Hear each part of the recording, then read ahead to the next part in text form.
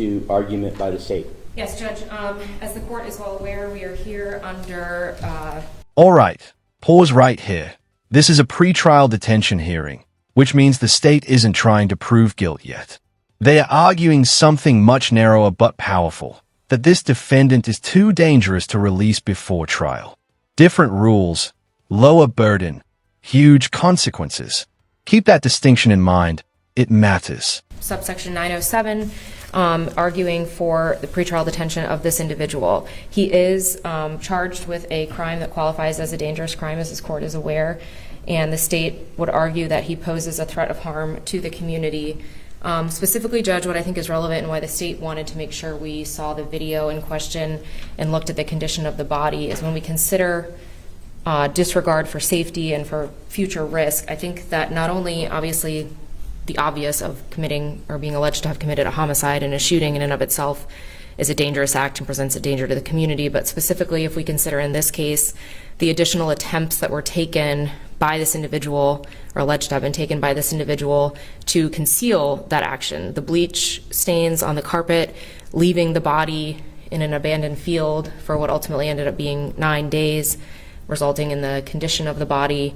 The duct tape that was used, the duct tape that was then found in the home, which indicates a reliability as far as the individual who was responsible for that duct tape.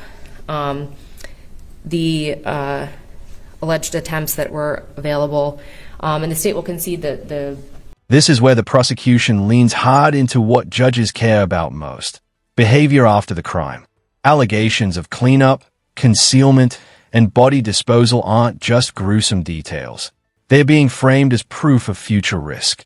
The message is simple. If he did all this once, what's stopping him from doing it again? Video is far away and small, and so to the extent that the court wants to rely on it, but regardless of if the court finds the detective's testimony about the attempts to set the victim on fire, it seems undisputed when you watch that video that there is a fire type element. You can see what looks to be lights and a spark, and so I do believe that the evidence of trying to conceal his actions are present before this court. And so again, in addition to the facts as it relates to the homicide itself, I would just encourage the court to consider that when it relates to disregard for safety and as far as future attempts to or a future harm to the community, in addition to the shooting itself, the bullet wound that we can see that was confirmed by the medical examiner's office, cause and manner of death, and all our, I guess, for lack of a better term, traditional homicide elements that we have here. And now the defense flips the script. Notice what they are not arguing. They are not saying this didn't happen. They are saying the law requires a pattern, not a single horrific incident. One act, no matter how serious, doesn't automatically equal ongoing danger. Smart, narrow, and very intentional. I would also just point to, as far as evidence of this individual being responsible, we have the 911 call where he identifies himself, indicates that he was involved in a homicide, his cell phone placing him near the scene. We have the text messages where the victim is corresponding with the defendant, arriving at that home, as well as her GPS data that law enforcement has indicating that she was last known to be at that house. And so for all the reasons that all the reasons that the detective has articulated, the evidence before this court, and the arguments that we've made, we ask that you hold him and grant our pretrial detention motion. All right, defense? Judge, with regards to the 904 basis on which the state argued they're going forward, it requires there to be an analysis of past and present patterns of behavior. There is no testimony whatsoever, no evidence before this court of any past patterns of behavior. One act does not constitute a pattern. With regards to this and the allegation of harm to the community, the evidence that was presented to the court is that there was an incident that occurred on the 10th or the 11th of September that Mr. Hawker, 9 or 10 days later on the 20th of September, called 911 and was taken into custody thereafter. There's no assertion that there was any danger to the community during that 9 or 10 day time period. There is no pattern of any type of behavior by Mr. Hawker. There's a lot of speculation that has been presented to the court. The video that was presented does not indicate the clothing of the person. Allegedly, there's some other video that we may or may not know anything about, but the state has not proven the elements that are necessary for this court to grant this motion. The charges have been filed. Mr. Hawker is a juvenile. We know that without question. He does not have a financial basis to meet any type of bond. If the court were to set a bond, we would request a low bond. The state has not met their burden to prove that he is a danger to the community. We'd ask you to deny the state's motion. When you say the pattern of activity under 904, which I don't see 904 cited in their motion. I see 907, 0415. This exchange right here is a legal pressure point. The judge zeroes in on one word, patterns. Plural. That's not semantics. That's statutory interpretation.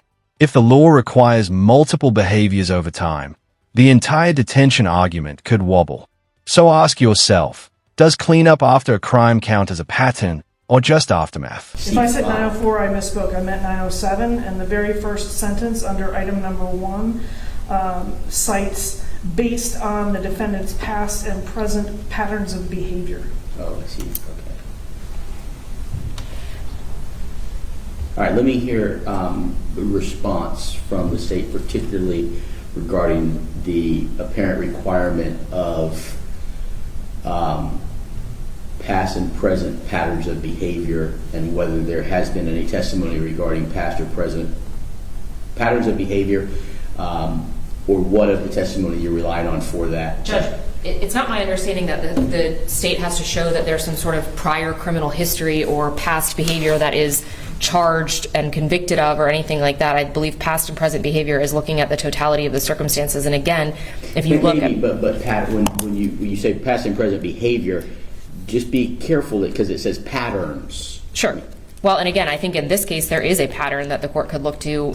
Here's the prosecution's counterpunch. They redefine pattern to mean a sequence of actions: shooting, transporting the body, concealing evidence, not prior criminal history. It's a broader, more flexible interpretation, and whether the judge buys this definition is basically the ballgame. That is more egregious than many of the cases we deal with. I think if you consider a pattern of behavior, not only did this individual allegedly shoot somebody, but then he took steps to remove her from his home, place her into a, for lack of a better term, body bag, duct tape her up, leave her in a field, abandon the car that he took to get there, then attempted to clean up his home with bleach and conceal the evidence of his crimes, hence the tampering. So that in and of itself, I believe, could be considered a pattern. Again, and the other factors, this is it's past and present behavior criteria in the statute and other relevant facts. And so the state would suggest that the court take that all in totality and not merely focus on past behavior. Yeah. Certainly there are cases where it might be somebody's first offense, and that doesn't necessarily negate the need for pretrial detention based on the risk of harm to the community from this event in and of itself could be great enough to detain the defendant. Let me ask you, in your motion, you go on to paragraph 2, where you also argue for pretrial detention regarding Article 1, Section 14, regarding capital offense, or here, life in, punishable, an offense punishable by life imprisonment. Is that also part of your argument at this time? Of course, Your Honor. Okay. All right. Based on that response, was there anything else from the defense?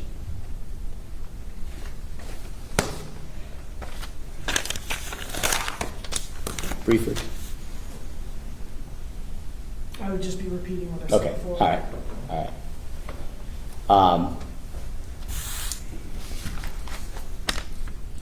I don't know that there's a lot of case law developed regarding the exact meaning of the past and present patterns of behavior, at least not any that I'm familiar with or actually have before me. But what I will say is that it appears to be, as many cases are, at least initially, largely circumstantial case. But the circumstances include that a body was found. There's no doubt about that. It's not a suicide. It's a homicide. There's pictures of the body. There's an autopsy. The body is ultimately identified. And the identity of that body appears to be related to text messages between the defendant and the victim about prostitution. There are pictures of the defendant, I believe, on the victim's cell phone, ultimately holding money.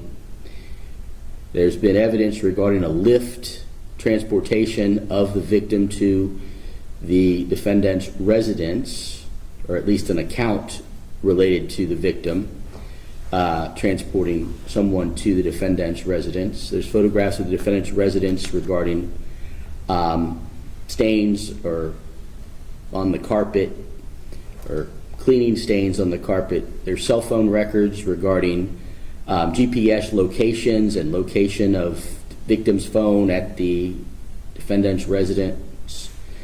But what's most compelling, there is an interview.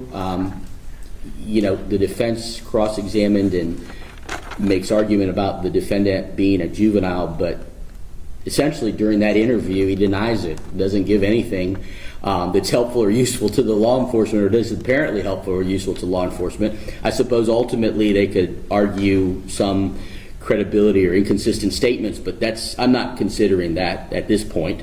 And that's the moment everything changes. The judge grants pretrial detention, no bond on the life punishable offense, largely hinging on one thing: the defendant's own 911 call. A single statement, made voluntarily, now outweighs arguments about age, lack of history, and circumstantial evidence. Let me ask you, should a confession alone justify holding someone indefinitely before trial?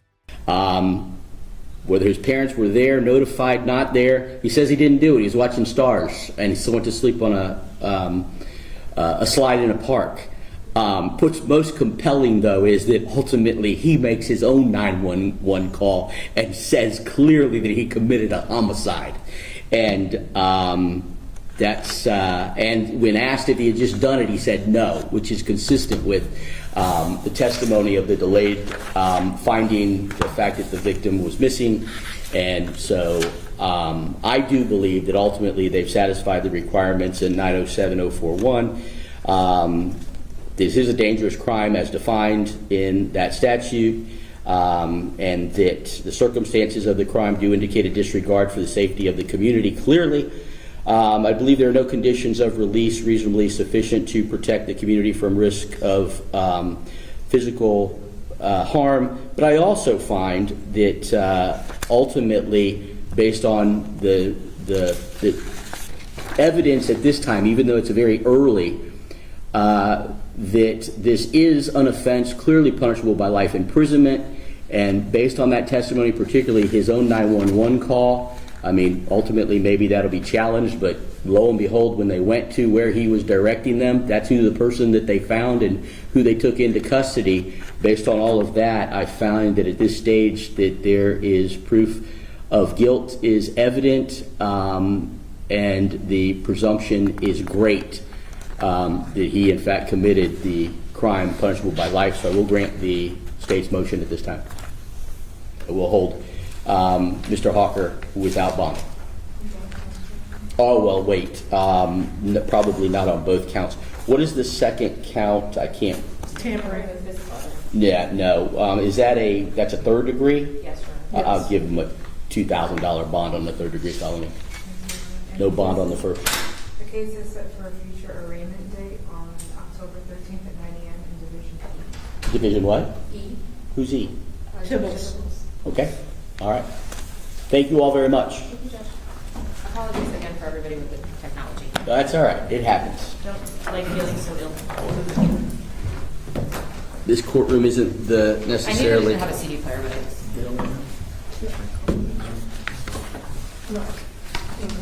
You're very welcome. Thank you. And the clerk will retain the evidence that was admitted for purposes of the hearing.